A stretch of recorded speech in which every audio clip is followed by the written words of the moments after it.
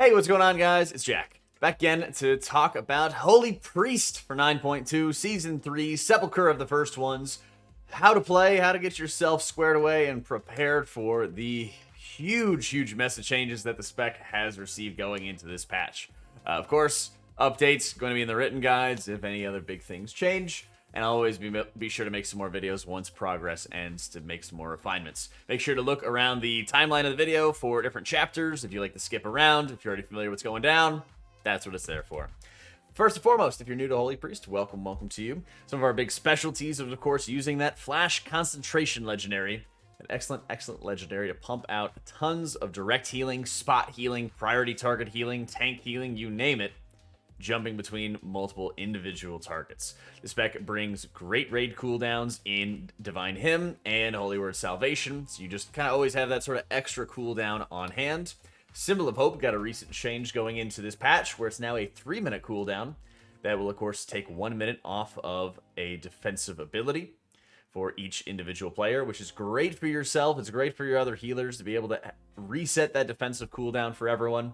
Make sure you talk to your raid leader on how you can kind of coordinate that, when you can get an early cast in, and then get one before the encounter ends. Some of the big downsides you got to be careful for going into Sepulcher. The raid is not going to be nearly as stacked as it was in Sanctum of Domination. There's a lot more spread encounters, so when you cast your Holy Word Sanctify, is going to really matter. You're going to have to really think about some of the different encounters where people are going to be spread all over the place, and when you could properly weave that in.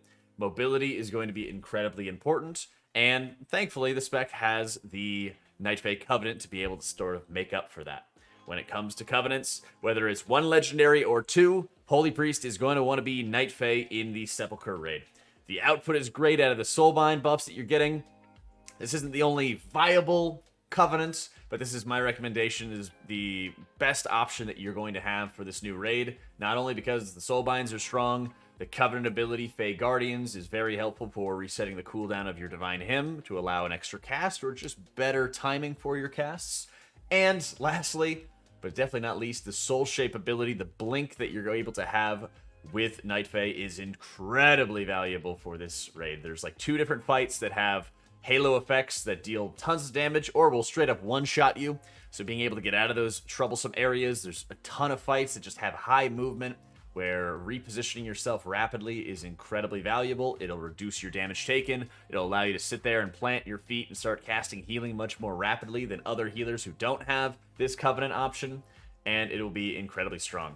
For an M+ environment, I always touted Night Fae in the past as the safe pick for M+.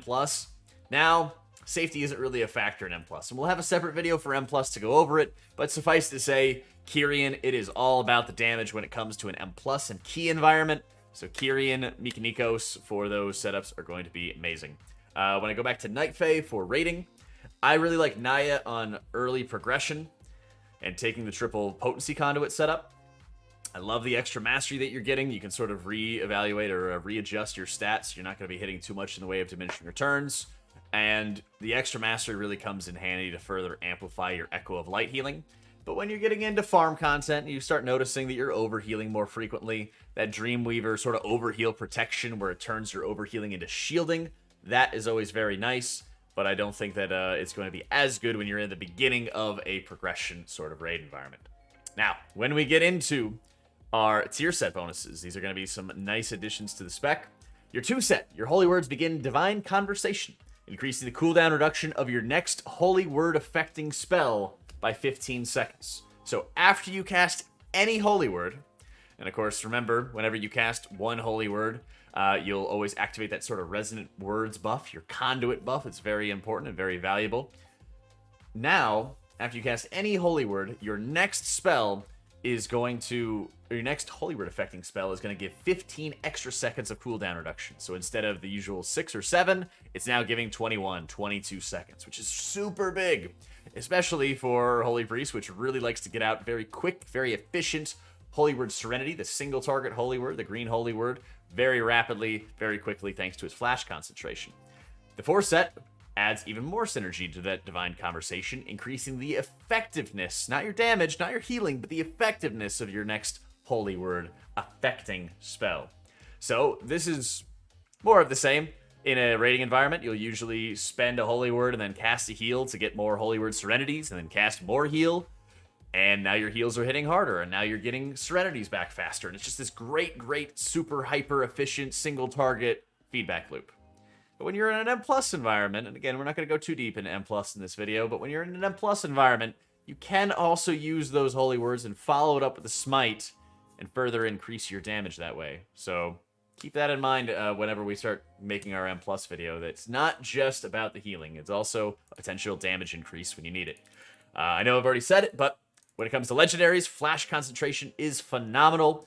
You have to stack it up 5 times. You can do that before the encounter begins, and that is giving you a massive buff to your heal efficiency. Whether it's raids, whether it's M+, you want to have it in the mix because it is fantastic. Your second legendary, when you get double legendaries after you complete Chapter 5 of the storyline for Zereth Mortis, or Chapter 6, I guess, you will get a Unity legendary. And that will always give you your Covenant legendary. Whatever your Covenant legendary is, it gives you that, and then you can pair it up with Flash Concentration.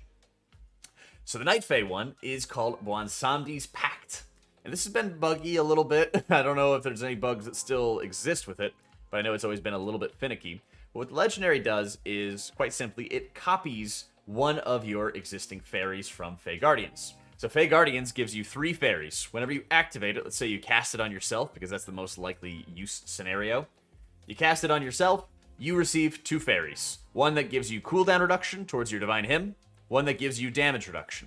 A third fairy will instantly apply itself to your target or just a nearby enemy. That one, whenever it's damaged by anybody, will return mana to you. So with that, you could cast it on yourself. The Shadow or Pain target, or whichever enemy is out there being attacked, is giving you mana. But when you cast it on yourself with Bwansamdi's Pact, you will instantly have that Death Mask automatically activate to reduce the cooldown of Divine Hymn even more. So Fae Guardians lasting 20 seconds. The usual value of it reduces an extra 20 seconds. So Fae Guardians will end, say, right after you use Divine Hymn. And then you'll see your Divine Hymn cooldown be 2 minutes 20 seconds, 2 minutes 19 seconds. If you're having the Bwansamdi's Pact legendary on top of it, you get an additional 20 seconds. So over the entire course of the Fae Guardian's duration, you'll end up with Divine Hymn being about 2 minutes if you used it. If you cast Divine Hymn and then you instantly use Fae Guardians after the fact. So it gives you a little bit of extra cooldown reduction. You potentially could also use the Direct Mask, so all you have to do is activate the ability again. If you're targeting an enemy that has your offensive fairy on it, you could potentially use the Death Mask there and get a bit more mana return. In most of the cases that I saw, I would rather have that cooldown reduction to get my Divine Hymn to about 2 minutes. You could also cast it on another player, like a Fire Mage, if they're going to benefit from the increased cooldown reduction. But on a progress environment, I usually found that just casting it on yourself and being able to have more consistent Divine Hymns is usually going to be preferable. It's like that Vision of Perfection essence from Nyalotha, but with a lot of extra steps added into it. Either way, it's very good. Either way, it's very good, and you're going to want to take advantage of it. So as I said at the beginning of the video and in the Legendary video, there's a lot of single target that Holy Priest does, and that continues to double down when it comes to the talents. Trail of Light, increasing the output based off of the healing effect from heal or flash heal, so your tier set is buffing up heal, and then Trail of Light is copying that heal effect at a reduced value. Feather's wonderful for mobility and high mobility uptime. Binding Heals has been revamped. It's no longer an active ability. It's sort of like a Trail of Light, but weaker, and it only heals yourself. Which is wonderful because it competes with 2 sort of non-output talents that you have on hand. All 3 of which were changed. You have Guardian Angel, which sort of separates the healing buff and the cheat death buff, which is nice for M+, but not really that great for raids on most encounters. The Afterlife buff will allow you to cast Resurrection on an ally after you're in your Spirit of Redemption form, which has some really fun use cases, but I don't think I'm going to see it on too many encounters in a raiding environment. Kind of interesting. 35 tier can be whatever you like. Shining Force is usually pretty good on progress for knocking around ads. 40 tier, they move Cosmic Ripple from the 30 tier to the 40 tier.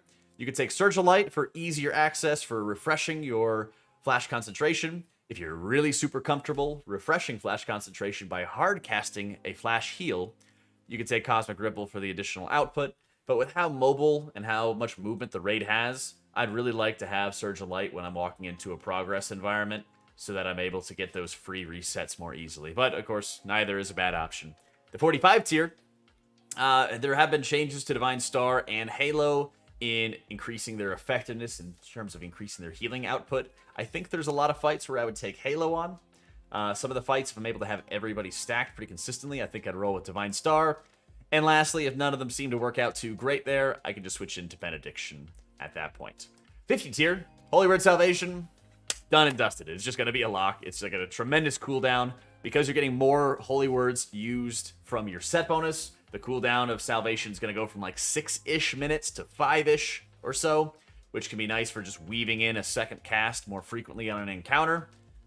Going to be wonderful. You're always going to want to have Holy Word Salvation on hand. All right, with that, maintaining and refreshing your flash concentration. Again, you could stack it up 5 times before the pull, and you always are going to be wanting to maintain this buff. You never want it to fall off in a raiding encounter whatsoever. If you're getting into the spec, you're struggling with the spec, look for that first and foremost. You cannot be dropping flash concentration uptime at all. You want to make sure you're keeping your Holy Word Sanctify, Serenity, and now your Chastise on cooldown, so you're constantly cycling and getting value out of your set bonus. Leaving Chastise available, not casting it in a raiding encounter, is now a HPS loss, a straight up HPS loss. So be casting it as much as you possibly can. Whenever you have cast that Holy Word, make sure you're thinking about what you're casting after the fact. Most notably, you want to make sure you're casting a flash heal or a heal to benefit for that Serenity cooldown reduction. It's very easy to be hyper efficient with Serenity compared to Sanctify, and you're going to want to make sure you're getting as many of those out as possible. They already nerfed the mana cost of Serenity again. It's just ridiculously efficient. Wonderful. Prayer Bending, stack it up onto your tank before the boss fight starts. Make sure you're ideally casting it onto the tanks because it allows it to jump more frequently, more easily, more rapidly. Circle of Healing on cooldown if you see 3 or 4 targets injured. Heal whenever you're going to be able to get some value with it. Be careful not to be casting too much and just spamming just to spam. Once again, like we said, Shasta is going to be used on CD. And then when there's downtime, please hit Shadow Word Pain, hit Holy Fire. The spec just got 15% damage buff. Your spells are going to hit extremely hard in a prog environment, and you'd be surprised at how much damage you can do. Just by hitting Chastise, Holy Fire on cooldown, just by maintaining Shadow Word Pain most of the time, you're going to do a lot of damage. It doesn't really require you to like spam a bunch of smites. Although, when there is downtime, hitting a bunch of smites can offer you a Surge of Light proc, which again, makes it even easier to be able to refresh your flash concentration when you're moving, when you're running all over the raid, when you need to handle a ton of mechanics. Now that we've mentioned that, I wanted to talk about a couple of the different fights that we're going to be experiencing for week 1 on normal and heroic. Of course, we have not gotten to see anything out of the last 3 boss fights besides what the Dungeon Journal is providing us. So, week 1, March 1st, 2nd, 1st, there you go, or 2nd if you're EU. We're going in, we're only going to be able to fight 8 bosses. With that being said, some of the big fights that I really want to ask you guys to focus on and think about and read up on the Dungeon Journal going into it. Zymox, you're going to have these halo effects that are branching out that you're going to need to be able to dodge using the portals, similar to the Nathria fight, using portals to be able to dodge mechanics. The portals are going to one-shot you. You can blink through them with the Night Fae Blink, with the Night Fae Soul Shape.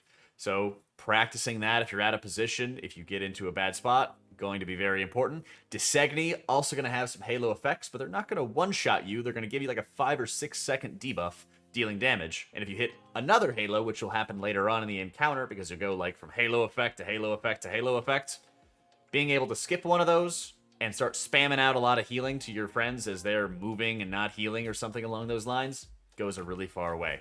Lehuvim, I was telling the Disc Priest that this might be a fight on week 1 that I just play Holy on. You're kind of like split the raid in half, and that's where some of the largest damage is going to happen for the encounter. And that's a wonderful area to be able to just pop off and use a lot of strong single target healing. One of the biggest things I would recommend when playing Flash Concentration, since you're only really healing one target at a time, is to spread the love. It is to be mindful of Trail of Light's cleave heal, so that you're healing target A, and then you move instantly to target B, while target A is not fully topped off, so you can have more efficiency out of your trail of light. You're saying, okay, if everybody in the raid is taking damage, you're going to go down the line and put heal casts on all of them. You're going to be able to Serenity one target, instantly move on and start healing somebody else. And you're not trying to push one person to full and then move on to the next one, unless maybe they're like a tank, and they have like a tank buster coming up. But you're wanting to make sure you're equalizing health pools as frequently, as best as you possibly can, to make sure that your Echo of Light is going to be more efficient, your Mastery, so that your Trail of Light talent is going to be more efficient. And keep in mind, you do have an incentive to not heal yourself because of the Binding Heals talent, but please don't stray, and please don't avoid healing yourself in a prog environment just to be as efficient as you possibly can be. It is an easy road to just getting killed, wombo comboed, you name it. Think of it as a luxury when you're in a progress environment, not as something that you always have to follow. I know people are going to be like, oh, never heal yourself because Binding Heals will heal you. It's only 20% of a heals cast.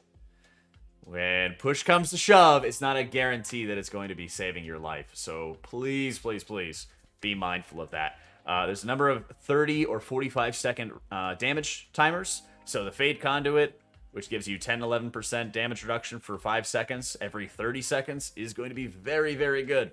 Please have a comfortable bind for Fade.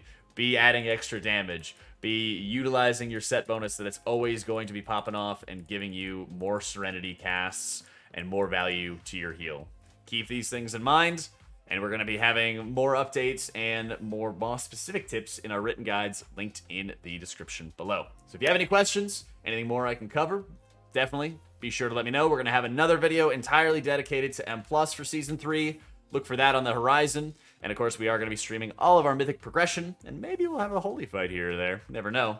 So be sure to check out the live stream, twitch.tv/AutomaticJak, as starting March 7th or 8th, we are going to be day raiding 10-12 hours a day, pushing as hard as we possibly can. We got World 13th last time, so hopefully we'll have a similarly good bit of prog as well. Any other questions, hit me up in the comments down below, on Discord, you name it. And that's going to be it for me. Thanks so much for watching, guys. Hope you all found it useful. Hope you all found it helpful. Be sure to subscribe for more, and I'll catch you all next time.